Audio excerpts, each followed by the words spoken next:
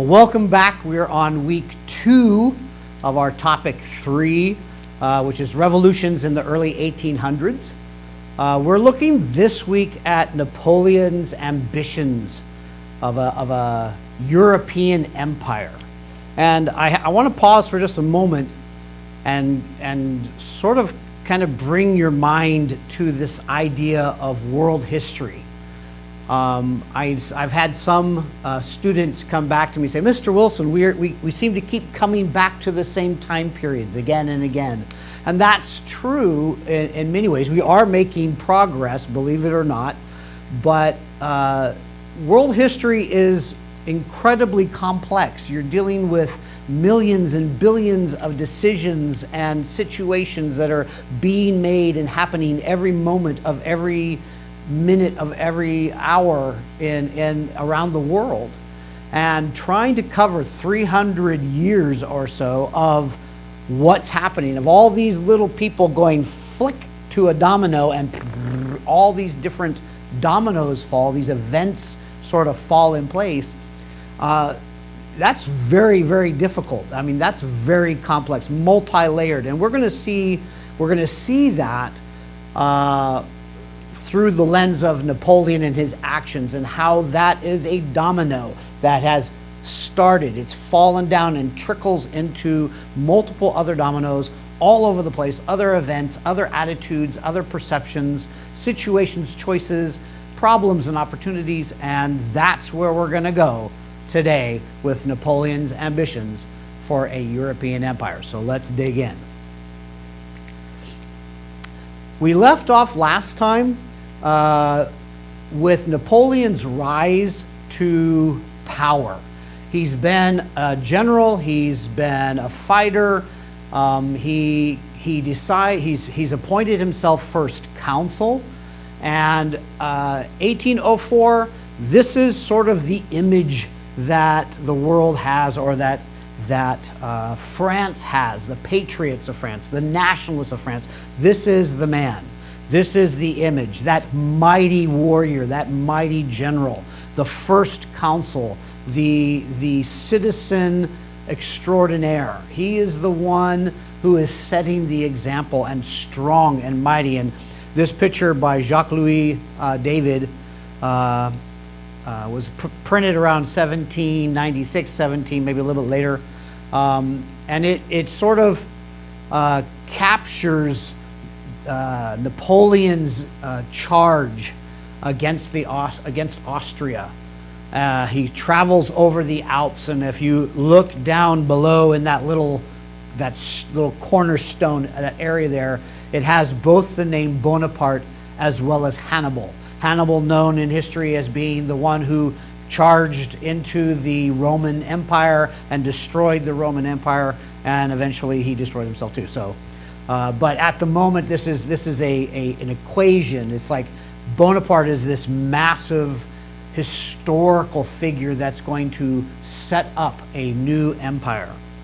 Well, with that mentality and with that backing, Napoleon decides he's going to make himself emperor again. And we kind of scratch our heads. We got to stop for a moment. It's like, wait. Wasn't this what the French citizens, the French people, the French others sort of wanted to get away from? They wanted to get away from that aristocracy, that monarchy, that tyranny, things like that. Isn't that what they wanted? And we're in 1804, and Napoleon crowns himself king. This is a painting also by Jacques-Louis David. I think it's pronounced David. I'm not French, I'm sorry. But note, take a look at the attire, the grandeur again of his court. This is his coronation, a picture of his coronation. Remember the sans culotte, the no breeches, no knee breeches, no silk stockings, guys, that were in vogue back before his time. Well, he's bringing it back. He's bringing that nobility, that aristocracy back into it, the grandeur. So goodbye, sans-culottes. They're gone. He's going to crown himself, and then he's going to crown his queen. He tries to mimic that grandeur of old Roman Empire with all of its majesty and glory. So glory is a big word for Napoleon at this time. He wants a glorious, grand empire. And so he's setting himself up to do that. Also notes the gentleman sitting down behind him. That is the Pope. And in this picture, it depicts the idea that Napoleon has reconciled France to the Roman Catholic Church again. The Pope is there blessing or sanctioning this emperor that's rising to power. And that was a big deal because that was one of the things that the people of previous regimes didn't like. There was this schism, well, the church has to be part of the national identity. They must be loyal to the king. And as a result, there was this split. Some said yes, some said no. So Napoleon brings back that marriage again. People love him. Yes, we got our church back. Yay. Okay? So now this revolutionary empire, this new empire, this different empire that Napoleon Bonaparte is trying to market, shall we say, he is seen now as the great lawgiver. He put into effect the Napoleonic Code, brought peace and order and a little bit of better justice back into his world.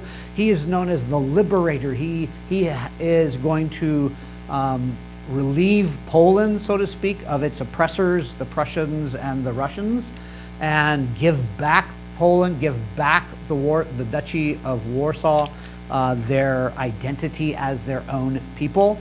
And he's the creator of a new aristocracy. It's not the aristocracy that they had before where you had to be of noble blood and be in certain birth orders in order to just, you got the job, you got the authority, you got the power. No. His aristocracy is one of merit. Yes, it is a little bit bent towards its merit, mostly in the service of him and his people and his agenda. So if you do good service, you're loyal to him, loyal to the new empire, then of course you merit promotion and advancement and things of that sort. But wealth was also and always has been an important element of that advancement as well. Again, another picture of the statesman, the emperor now. Not so much the general, but still that man of control and power. This is the Emperor Napoleon in his study in Tuileries. See, told you my French is bad. All right. So, with this said, we need to jump back and forth a little bit because we've already looked at the New World, but I'm going to go just a little bit before the New World as Napoleon is rising to power. This is in 1800. He is going up against Austria, and he has this big win, big W win in Marengo, which is sort of in that northern that part Savoy area, sort of between France and Italy. He wins this battle, he gets notoriety, and of course that's why in 1804 he can establish himself as the emperor, because he's made himself known. He goes between 1800 and 1804 to the New World. This is what we talked about in our previous video. He goes there to, this is a great place to have my empire. They had land there at one time. They had Saint-Domingue, which is now Haiti. They had those areas, and they thought, well, we'll just go back and take it over, and that will be our new. That didn't work out too well, though, as we saw. So he gives up the New World, comes back, he loses that one. He comes back in 1804 and makes himself emperor. So as the new emperor, he's looking at this map of Europe, and he's going, okay, it's all got to be mine. It's all got to be under my empire. So he begins his campaigns, and these campaigns, you can go look at videos, and there's a zillion books on Napoleon's battles and all of his strategies, and I just want to go through it very fast and kind of give you a sense of the rhythm of what is happening and where he is going. So 1805, as new emperor, he goes and fights Austria and Russia and Austerlitz. You can see where that is in the blue circle. He wins this one. It's a big win for this particular one. However, 1805, in the south of Spain region, in an area called Trafalgar, Britain and is fighting against Napoleon and Spain as a team at sea, and they lose. So Napoleon loses at sea but wins on land. He is very, very good on land. So he goes back in 1807, fights a battle with Russia in that area way up north there, in an area called Friedland. He wins that one. He wins that by an onslaught. It's just massive win. 4 days later, the Tsar creates a peace treaty with Napoleon. They shake hands, kiss babies, and all that sort of stuff, make good politics. And Napoleon sets up then the Grand Duchy of Warsaw, which is Poland. He gives that region that was controlled mostly by Russia, but also by Prussia, he gives that land to and sort of creates a Polish duchy. And the people in Poland are like, yay, right? But in 1808 to 1815, Napoleon realizes that in order to sort of secure all of that European peninsula, now you've got to kind of think of it. I know it looks like a massive landmass, but it's really just a finger coming out sort of Russia and coming across down into Spain. It is literally surrounded all the way around by water. So technically it's a peninsula. So that European peninsula, in order to control that, in order to have that as an empire, he's got to control Britain. He's got to keep British trade away from that region. Otherwise, Britain will have political and socioeconomic power over those regions, and Napoleon will not. So he goes down to Trafalgar to go to, in that region into Spain to try to take over Spain to control it. If he can control Spain, particularly the Strait of Gibraltar, where Spain and Morocco kind of almost touch, and you have that entrance into the Mediterranean theater, that Mediterranean trade region. If he can control Spain, he can keep Britain out of that southern part of that European peninsula. So he goes into Spain and starts beating on Spain.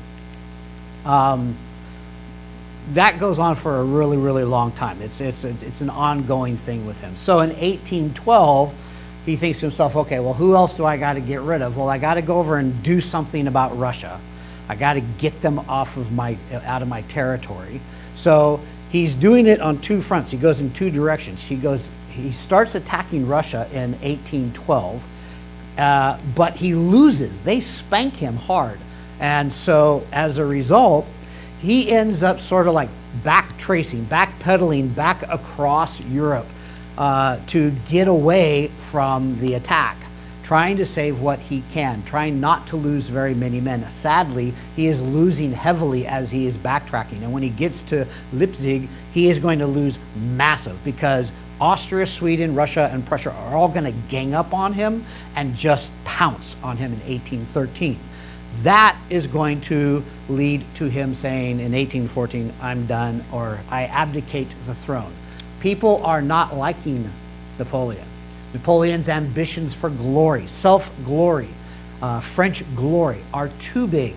And they're really treading on the feet of everybody around him, all the other countries around him. So kind of like, well, who do you think you are, is the attitude of those other countries. And they're trying to push him down. So they exile him to the Isle of Elba, which is just west of Italy. It's in that little coastal region. If you've read the Count of Monte Cristo, you'll know all about the Isle of Elba and this Napoleon little coup that takes place in March of 1815. He decides he's going to escape Elba, get on board, go back to France, land there, gather a small army, and attack and take over his empire again and reestablish himself as emperor, and that's what he does. So we got to pause here for a moment and think, all right, well, what is the world's perspective? They're seeing this madman, this crazy guy. What are they thinking? Well, they know that Napoleon is this madman. He is power hungry, glory hungry, and he is willing to just battle in order to get what he wants, which means he wants to rule their world, their kingdoms, their countries. And so that's not a very good situation. That presents some serious problems. Well, problem is that he's really mighty. Napoleon is able to muster up a good size military force. The world's thinking, well, he's going to overthrow us. But the other side says, well, but we might beat him if we get together. If we just, ally ourselves, then he can't beat us all. We're too many in number. The problem is, excuse me. The problem is that Russia's too far away from France. It will take too long for Russia's army to move its way over into France to deal with France. And I'll tell you something, this problem of having to wait for Russia to get to the battlefield is going to play itself out again and again and again, all the way through the 1800s and into the 1900s in World War I, World War II. But Russia can't get to France till July. So Bonaparte comes back in March, and Russia can't get back to the fighting line until July. So the folks, this alliance of Austria and Prussia and all of them, they all kind of get together and say, okay, well, we'll wait until July. The problem is that he's not, the